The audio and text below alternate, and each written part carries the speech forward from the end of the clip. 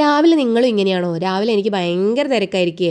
ഞാനിതാ എഴുന്നേറ്റ പാടന്നെ ലഞ്ചിൻ്റെ പണിയൊക്കെ തുടങ്ങി. മോൾക്ക് സ്നാക്സ് കൊണ്ടുപോകണം, ലഞ്ച് കൊണ്ടുപോകണം. അതുകൊണ്ട് തന്നെ കുമ്പളം കട്ട് ചെയ്ത് വെച്ചിട്ടുണ്ട്. അതിനിടയിൽ അരി ഇട്ടിട്ടുണ്ട്. കുമ്പളം ഇനി മഞ്ഞപ്പൊടിയും പച്ചമുളകും ഇട്ടിട്ട് ഞാൻ ഒരു വിസിലടിക്കാൻ വേണ്ടി വെച്ചിട്ടുണ്ട്. അതിനിടയിൽ അരി തിളച്ച ശേഷം റൈസ് കുക്കറിലേക്ക് ഇറക്കി വെച്ചിട്ടുണ്ട്.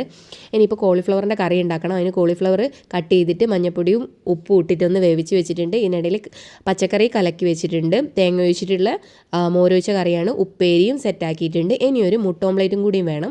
ഇതും കൂടി ആകുമ്പം ലഞ്ചിൻ്റെ കാര്യങ്ങൾ അവിടെ ഓക്കെ ആവും. ഇതിനിടയിൽ അരി വാർത്തി വെച്ചിട്ടുണ്ട്. ഇനി രാവിലത്തെ കറി കൂടി സെറ്റാക്കണം. അതിനിടയിൽ ഒരു ദോശയും ചുട്ടെടുക്കാം. ഓക്കെ, ഇനി ഇത് ഉണ്ടാക്കാൻ വേണ്ടിയിട്ട് ഒരു കുറുമയാണ് ഉദ്ദേശിക്കുന്നത്. കോളിഫ്ലവർ വെച്ചിട്ട് ഒരു കുറുമ ഉണ്ടാക്കാൻ വേണ്ടിയിട്ട് വെജിറ്റബിൾസൊക്കെ ഒന്ന് വഴറ്റിയെടുത്ത ശേഷം അത് ഞാൻ മിക്സിയിലിട്ട് കറക്കിയെടുത്ത് പൊടികളൊക്കെ ചേർത്ത ശേഷം അതൊന്ന് തിളപ്പിച്ച് അപ്പോൾ കറി റെഡി ആയിട്ടുണ്ട്. ഇനി ഒന്നുമില്ല. ജാനീനെ ഇതിനിടയിൽ വിളിച്ചുണർത്തി കുളിപ്പിച്ച് ഭക്ഷണമൊക്കെ കൊടുത്തിട്ടുണ്ട്. ഇനി ലഞ്ച് ബോക്സ് ഒന്ന് റെഡിയാക്കി എടുക്കാം.